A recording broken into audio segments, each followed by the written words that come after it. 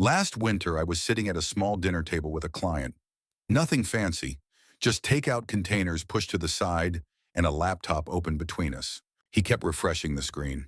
Not fast, slow, like he didn't really want the number to appear. Eventually it did. He leaned back in the chair, rubbed his face, and let out this quiet laugh that didn't sound like laughing at all. 32%, he said. Then he looked at me like he'd just confessed something embarrassing. Not angry, not dramatic, just tired. I've seen that look more times than I can count. The room goes quiet for a second. Someone shifts in their seat. Someone pretends to check their phone. And the thought shows up in the back of their head. Everyone else seems to understand this stuff. Everyone else seems ahead.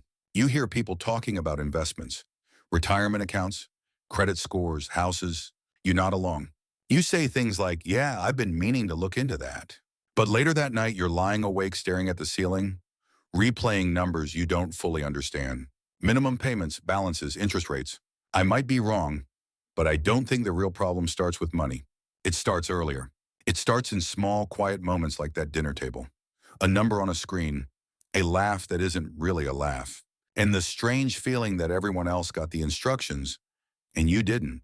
Let me say something that might sound strange coming from someone who has worked in finance for a decade. You're probably not bad with money. I know that's not the story people tell you. They say things like, you should have learned this earlier. You should have been investing already. You should have known better. But I've spent 10 years sitting across tables from people looking at bank statements, credit reports, retirement accounts, all of it. Doctors, engineers, teachers, business owners, people who are very competent in every other part of life. And when the topic turns to money, something shifts. Their shoulders tighten. They start explaining themselves before I've even asked a question. I know I should have done this sooner. I know it's my fault. And I usually stop them right there. Because most of the time, the issue isn't laziness. It's not stupidity. And it's definitely not some personal failure. The truth is simpler and honestly a little uncomfortable. Most people were never shown how the system actually works. Not in school, not at home, not in their first job. They were given fragments, a credit card here, a student loan there, a retirement brochure nobody explained. And somehow they were expected to piece together a financial system that even professionals take years to understand. I don't think we talk about that enough. A few months ago, someone told me something with a lot of confidence. They said, look, if you didn't start saving early, it's basically too late. They weren't trying to be cruel. They said it like it was obvious, like gravity. You hear versions of this all the time. Credit scores take forever to fix. Real wealth only happens if you start in your 20s. By 40, you should already have 3 times your salary saved. Technically, or those statements aren't wrong. But in the real world, they're deeply misleading. I've watched people spend years believing those ideas. And once you believe them, something strange happens. You stop looking. You stop opening statements. You stop doing the math because the conclusion already feels decided. I've seen people avoid checking their credit score for 5 years straight because they were convinced it couldn't improve anyway. 5 years. That kind of thinking quietly locks people out of change before they even try. And here's the part that still bothers me. Most financial systems don't actually move slowly. They move in jumps. Not smooth progress, not neat timelines. Jumps. A credit profile can shift dramatically once a few key variables change. Savings can look stagnant for years and then suddenly accelerate. But if you're convinced progress only happens slowly, you never position yourself for those jumps. You just assume you missed the window. I might be wrong, but after 10 years in this industry, I don't think the biggest problem is lack of effort. It's believing the wrong timeline. Let me show you something most people never see. Not a trick, not a hack, just how the machine actually works. A few years ago, I sat with a client in my office. Late afternoon, the sun coming through the window reflecting off his laptop screen. He had his credit report open and was scrolling like he expected something to jump out and bite him. His score wasn't terrible, but it wasn't good either. The kind of number that quietly makes everything more expensive. Car loans, insurance, mortgages. He kept asking the same question. How long is this going to take to fix? That's the question everyone asks. Time. But the system doesn't actually care about time the way people think it does. Credit scores, for example, aren't built on patience. They're built on behavior patterns. 3 things usually matter more than anything else. Payment history, how much of your available credit you're using, and how long accounts stay open. That's it. It sounds almost too simple, which is probably why people assume it must be more complicated. But here's where things get interesting. Someone can carry balances for years, slowly chipping away at them, thinking progress is happening, while their credit utilization stays high the entire time. The score barely moves.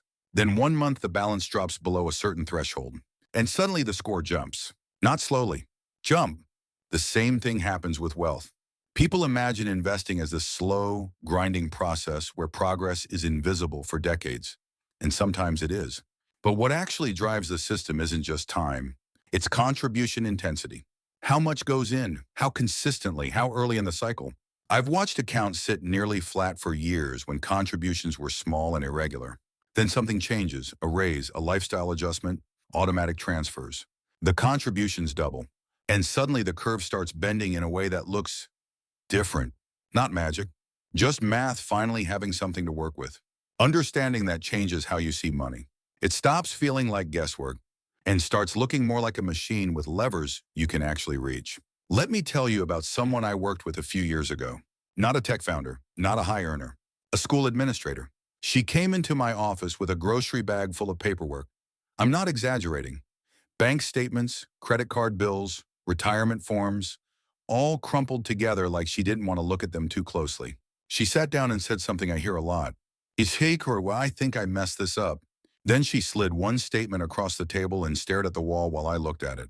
Credit card balance, interest rate that made me wince a little. She had been paying it down slowly for years, not missing payments, doing what people tell you to do, but the balance barely moved. The problem wasn't effort, it was sequence. We spent the first meeting doing something surprisingly simple. Not investing, not budgeting apps, nothing fancy. We stopped the financial leaks first. Subscriptions she didn't remember signing up for. A second streaming service nobody in the house used. Insurance she was double paying. Then we redirected that money. Every extra dollar went toward the highest interest balance. Not spread out, focused. A few months later, the balance finally dropped below a certain point. And something interesting happened.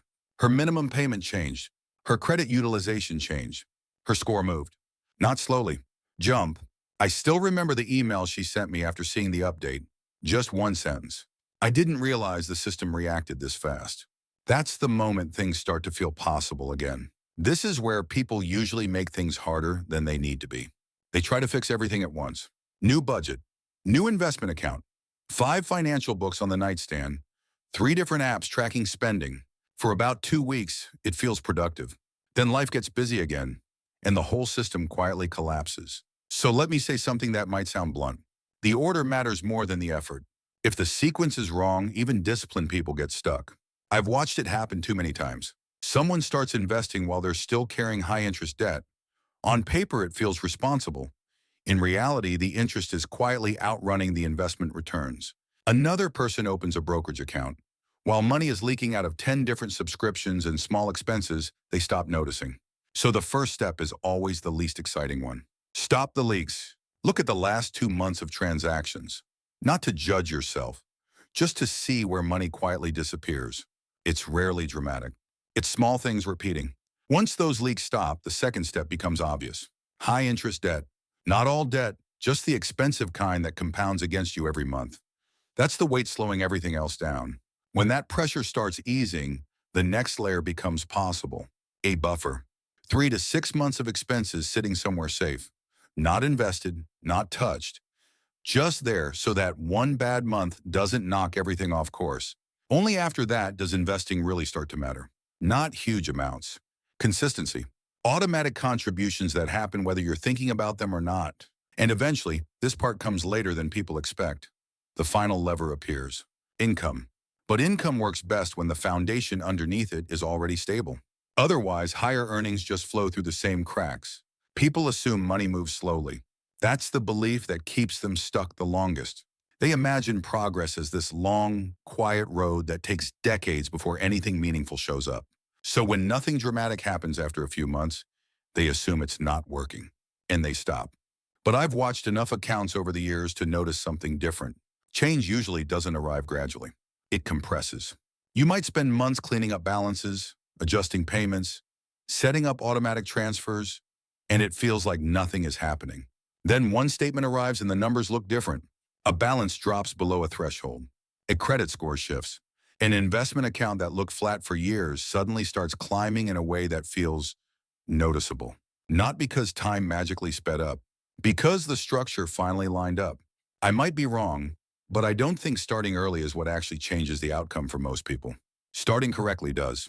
Someone who waits 5 years but builds the right structure can move faster than someone who started early but never adjusted the system underneath.